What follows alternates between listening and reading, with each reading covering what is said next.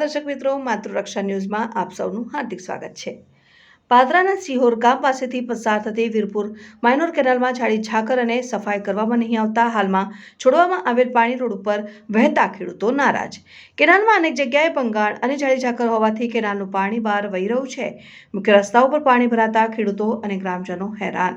વહેલી તકે કેનાલનું સમારકામ અને સફાઈ કરવામાં આવે તેવી માંગ ઉઠી।